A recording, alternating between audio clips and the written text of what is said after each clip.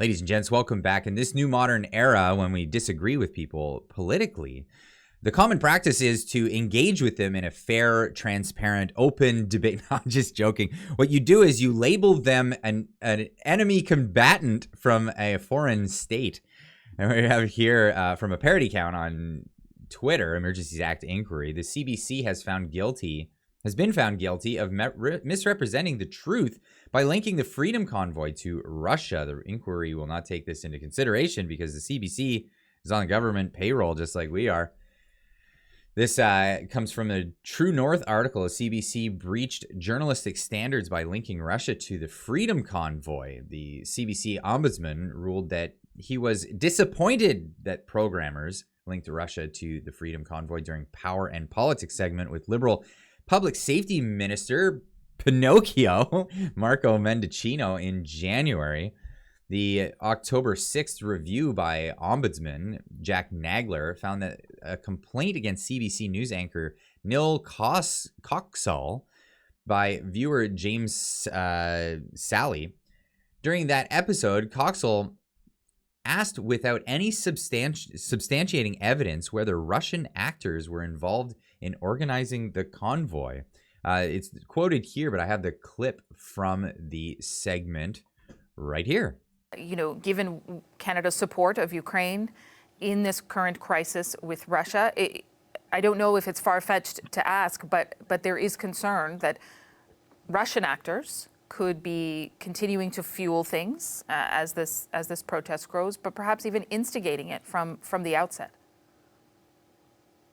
Now that's a gigantic claim right there, unsubstantiated, of course, but stating that the Freedom Convoy, it was initiated by Russia, not by the organizers that had actually organized this convoy.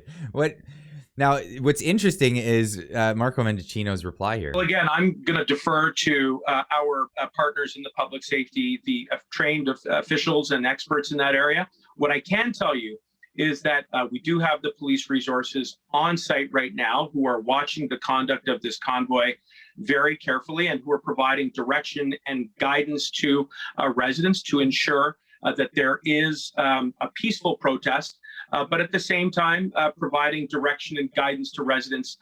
Now, he didn't bite. that was the interesting part that I found on this, is that he didn't bite. Marco Mendicino, famous for lying in Parliament about the Freedom Convoy over and over and over, saying that there was violence, that there was threats of rape, there was all these other things. But he didn't bite on this one. He didn't call them Russian actors, particularly, that was being insinuated. Now, this is from January 28th, 2022, still up by CBC. They made a correction here.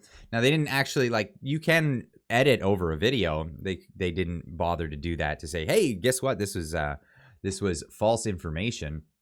But the clarification here is at 4:33. There's a question about possibility. The possibility Russian actors could be fueling or instigating a truck convoy protest headed to Parliament Hill. The question should have referenced experts' concerns that during the current tension over Ukraine, Moscow could use its cyber disinformation capabilities to sow confusion amongst Ukraine's allies during a crisis.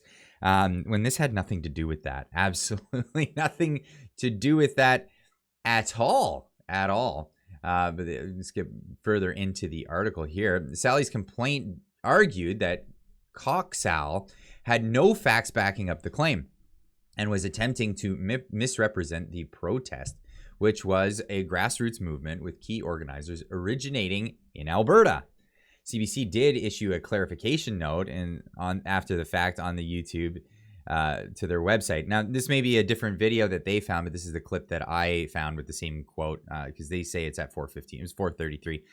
Nonetheless, although satisfied with the clarification, Nagler claimed that it came too late 5 days after the broadcast was aired. Well, the video clip is still up, and a lot of people don't look in the descriptions of these videos to see that there was a clarification.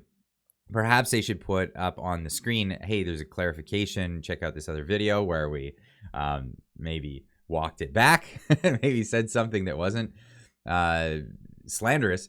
The fundamental flaw, in my view, was the use of a speculative question when it was not called for, wrote Nagler. Absolutely. Loaded questions, which, again, Mendicino is famous for jumping on these opportunities. He didn't even jump on that one. Maybe it was a little distasteful even for his likes. Instead, Power and Politics presented the question without attribution. It was not clear to viewers whether anyone was offering evidence that Russia was involved in the convoy, or why they would have such a concern. Asking the question in this way left room for people to surmise that CBC believed such evidence existed, when it clearly did not. According to Koskol, program producers at the CBC decided in advance to include the question to Mendicino. So this is preemptive. This wasn't on the fly. The question, as phrased, did not meet the standard to clearly explain the facts or contribute the understanding of issues of public interest. Nagler wrote in reference to CBC's journalistic standards and practices, JSP for short. While I agree that it was a breach of the JSP, I disagree with the suggestion that it was an act of disinformation, ruled Nagler. I don't know how he can come to that conclusion. That to me is disinformation, in my opinion, that if you're making the suggestion that something that is completely patently false, they have no evidence for, unsubstantiated claim in the form of a question, to me it stinks a lot like disinformation. I'm disappointed that it took others to point out that the CBC that the question was off. It should have been caught before broadcast. I'm also disappointed that the programmers were not more sensitive in advance to the perils of speculating on a subject such as the convoy or Russian interference in Canadian affairs. It's kind of a big deal. But they went on to, I'm not giving Marco Mendicino a total break here. He went on to make his own statements here. Do you think your government has done enough to answer those questions and concerns? Because clearly something is bubbling up, or there's some point of weakness where some actors can gain access to people's hearts and minds, if I can put it that way. So has your government done enough to make sure Canadians understand what is happening? Let me just digest that question for you. There's a lot going on, and because people are upset, there's an opportunity for other people to influence Canadians other than the government or the government-run media apparatus. Leave a comment in the comment section down below if I misinterpreted that question, but here's his answer. The way you bridge that divide is by understanding where the divide is between free speech and other conduct, which falls into the incitement of hatred and violence. And my point simply is that the leaders of this convoy are not really inviting discourse or free speech when they readily demonstrate that they're not interested in a debate. They're interested in taking up the false spread of disinformation. And so, yes, of course, the government will always be accessible and will always be interested in having a very robust discourse about the types of public health care measures that we put into place. And of course, the record is replete with examples of that throughout the course of the pandemic. And the result of that discourse has been that we have seen the vast majority of Canadians take up vaccinations. Truckers have taken up vaccinations because they protect us, they're safe, and they're the most effective and efficient way for us to get platitudes, absolute platitudes.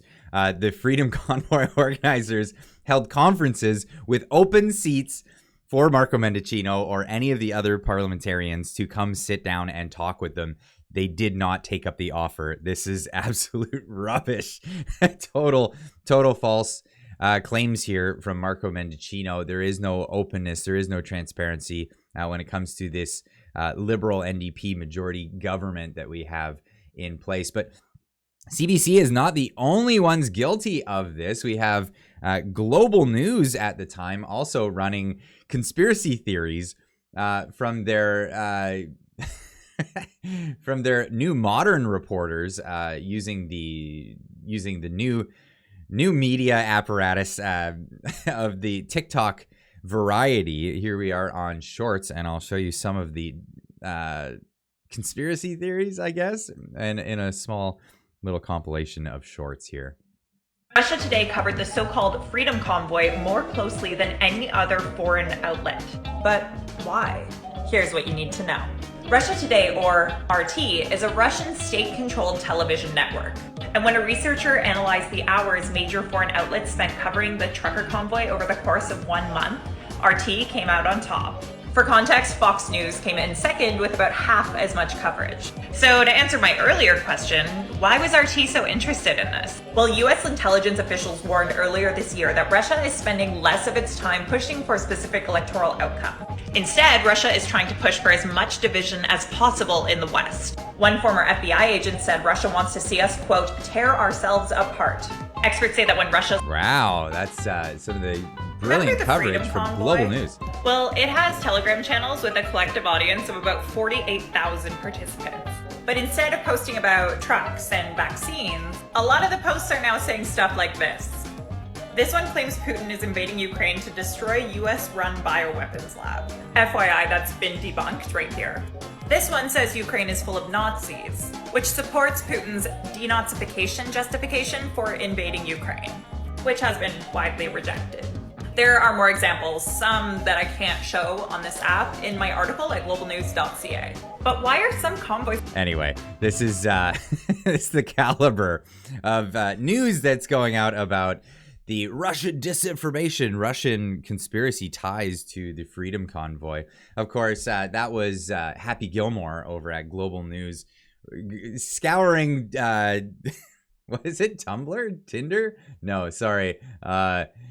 Telegram, looking for news in people's conversations amongst each other, none of which has anything to do with the official organizers of the Freedom Convoy, but this is just an attempt at smearing them in the public's eye. But anyway, let me know what you think in the comments down below. Is there Russian agents coming here to sow discord amongst the Canadian population using popular movements such as not wanting to be locked down in your home?